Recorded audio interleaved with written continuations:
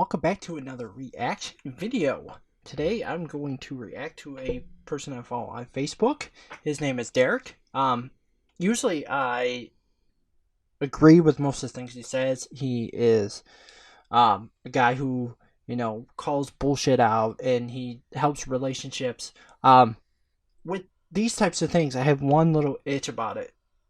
Saying the word men or saying the word women. We do this because we don't want to take the time to pick, because it is not a broad spectrum of, what I mean, of guys. All guys are sexist pigs.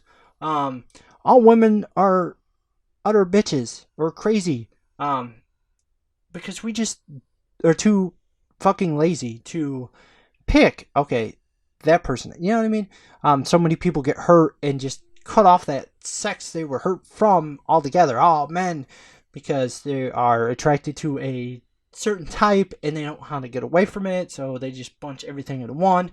That's the only thing I don't agree with, is just generalizing everybody in the same category, because we're not. We're human beings. We're different. If you got something to say about somebody, say it. These types of men, these types of women. But I'm going to watch this video. He says Kevin Hart is still playing victim. I don't think Kevin Hart is playing victim. I love the man. But we'll watch the video and then I'll tell you my thoughts.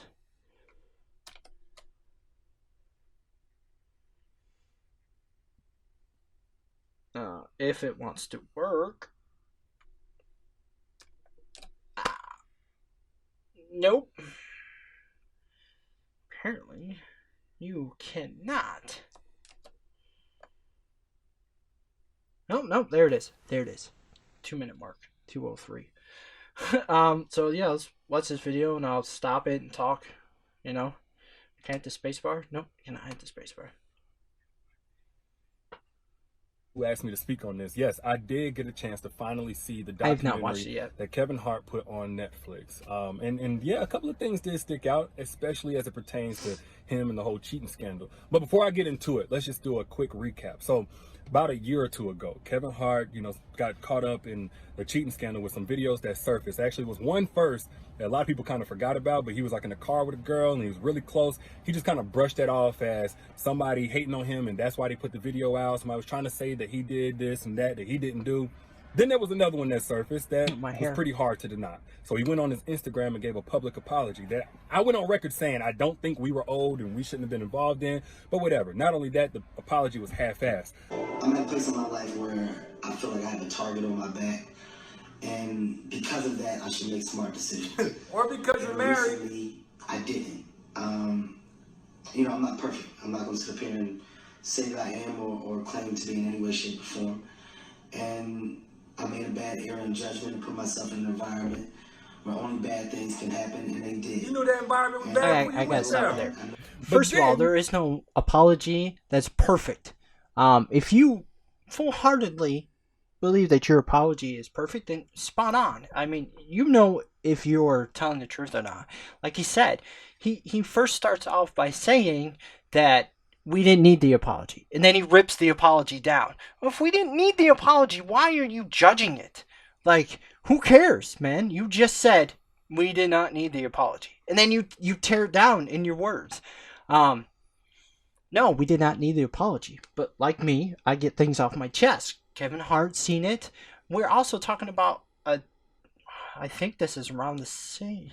Kevin Hart has been in the spotlight for many different things.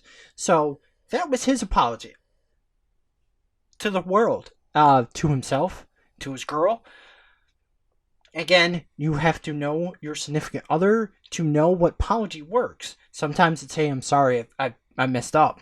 Sometimes you have to go on public record and spill your heart out to make that person feel like, okay, you're acknowledging this in front of everybody. I don't think it was half-assed. It wasn't necessary. Therefore, I don't care if he came out and said, I'm sorry. Like, you can't say, well, that wasn't needed, and go, oh, that was half-assed.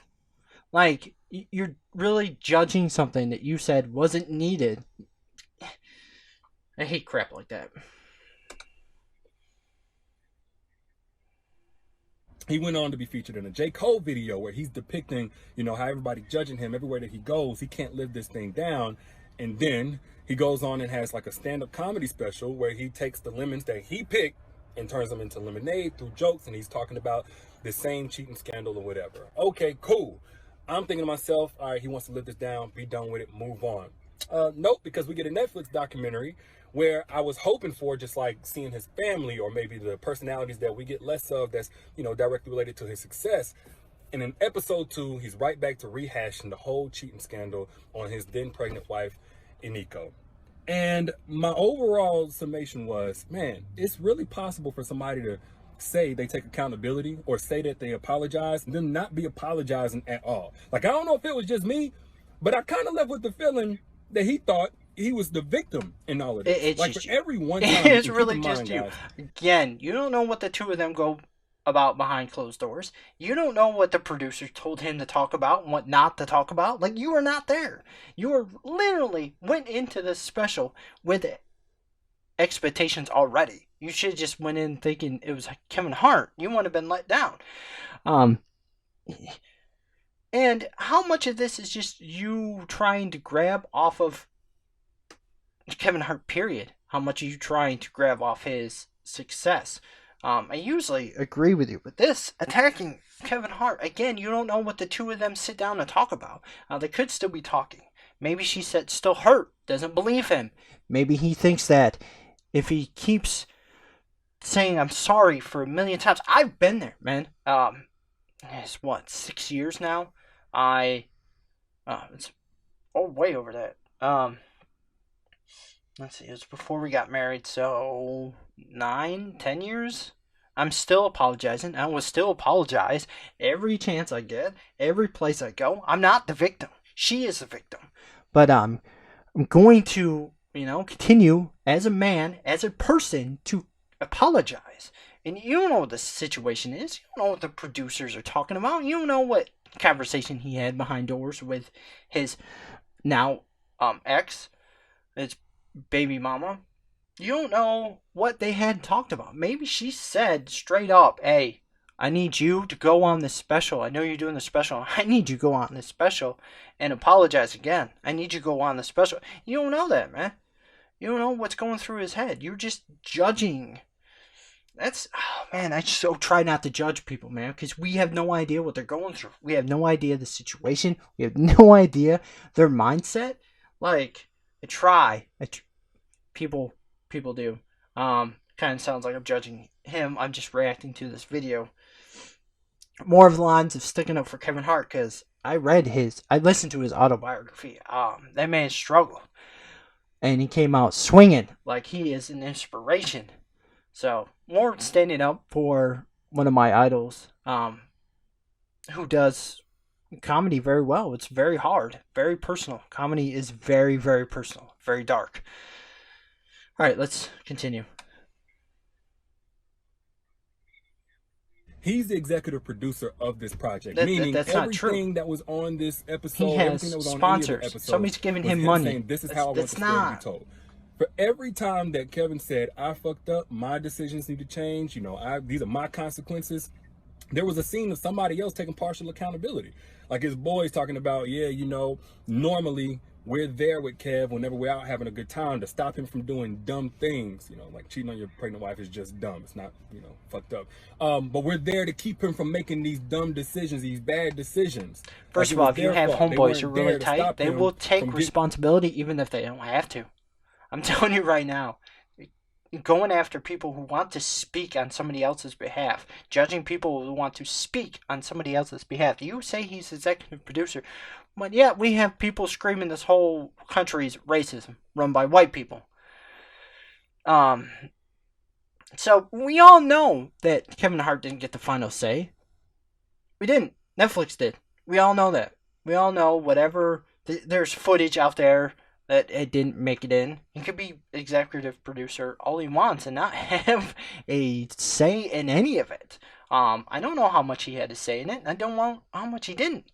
But I do know, because I have boys, I do know they will go to bat for you every time. Every time. And they don't have to ask, man, You don't have to ask them. They will do it. And they'll want to do it. So I don't think, man, that's the case. Getting some pussy. I wasn't there to protect him. I wish I would have been there because we all take a responsibility of either saying something to him or asking him not to go somewhere. I don't have my circle around me. My circle ain't there because Kevin is doing what? I'm moving in unfamiliar territory. I didn't call the audible. The circle around you is very hard for you to do stupid shit. Get tapped on your back. Hey, dummy, what are you doing? Ain't got nobody with me. They almost ended the episode with him talking about the betrayal of his friend allegedly and trying to extort him for millions of dollars through this. And I mean, I just was like, yo, we didn't ask for this. We weren't owed this. But since you're going to bring it up, why didn't you just take accountability? Say, you know what? I knew at risk I was taking. The shit didn't fall in my favor. So kids at home, learn from my mistake. Don't do what I did. It ain't worth it. It ain't worth it to roll the dice. Leave it at that. I mean, if you came in on the middle of this episode, you would have thought you was watching some Pursuit of Happiness type shit. They had inspirational music and all of that about how his friends rallied around him when he was getting, you know, all the backlash and held accountable by the media and everybody else. They talked about how they went out and bought Versace shirts to help keep his head up and his spirits high as he faced the music for what he did. As his brother, we have to be there for him. You know, no matter what he is. That's what I'm talking about. Man, you can't let your homeboys. You know you have that one dude, man. We all do. Like, like for a second, let's just say, homeboys? you know, fuck Like, I Kevin don't Hart understand. just for a second. Imagine being a Nico in this situation and you watching the documentary of the person who cheated on you and broke your heart. Talk about how him and his friends, you know, were helping him keep his head up after facing the music for what they did to you. Like, just imagine that. And people were on the Nico's head talking about, oh, she said this and that about, you know, you got 2 chances to do me wrong. I don't put the responsibility on the Nico to perfectly articulate herself in reliving a situation that she didn't ask to be in. I'm honestly looking at Kevin sideways, like, why again, did you how do you know that she's hurting? You talk to her? You have a conversation with her? That's what I'm talking about. Move on from this. But my ending thoughts were, I could have done without this shit. You know, even with an appreciation for him still, in terms of him being a comedian and an actor and a mogul and all that other shit, I still left feeling like, dog, you can't piss on my leg and tell me it's raining. Quite honestly, as a part of the viewing public, my leg shouldn't be involved in this. Pissing, raining, or otherwise. You need to be worried about Nico's leg that you rained fire and brimstone on, and clearly she still ain't healed because she could barely finish her segments without crying. Yeah. I get sensitive every time I talk about it. It is totally possible for somebody to in some way say the words I apologize and not be apologizing. And there's ways that people can say it all they want and you not take mean it. that they're taking accountability. If they start deflecting and deferring and everything else, and I went to a place with bad things. My example is the whole Kevin Hart scandal that cost him. It cost him. So, the homophobic tweets done a long time ago. First of all, he apologized for them a long time ago, and then he apologized. It doesn't matter how you apologize. You can apologize the most sincere, and people will still think you're full of shit. So judging somebody on how they apologize and judging somebody on a situation you keep saying doesn't need to be in the public, but you have no idea what's going on behind closed doors. You don't know the conversations they're having. If you don't think the two of them don't still talk, you're on your mind. And if you don't think your homeboys, oh, my voice is cracked, won't stick up for you, then you are not. You are alone, and you ain't got no homeboys. Because that's what friends do for each other. It don't matter, man. And he doesn't care. He's saying his side of the story, and he's not, I don't see victim at all. I don't see anybody feeling sorry for him.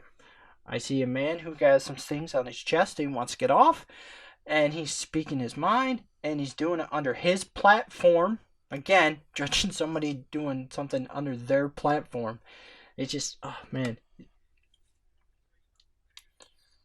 To stop me, and I got betrayed by somebody that I trusted, etc., etc. The likelihood is very high that they're going to do the exact same thing again, but this time a little bit smarter in terms of not getting caught. But y'all let me know what you think in the comments. And just a quick update. Yes, my Achievements Part 3 novel was supposed to come out in about 2 weeks. But I decided to go ahead and I don't. There's a lot of going on in that situation that nobody understands. Nobody except for the inner circle. You know. So I really do hope the two of them work something out. It's always nice to be civilized parents. So yeah, with that being said, much love, JD out.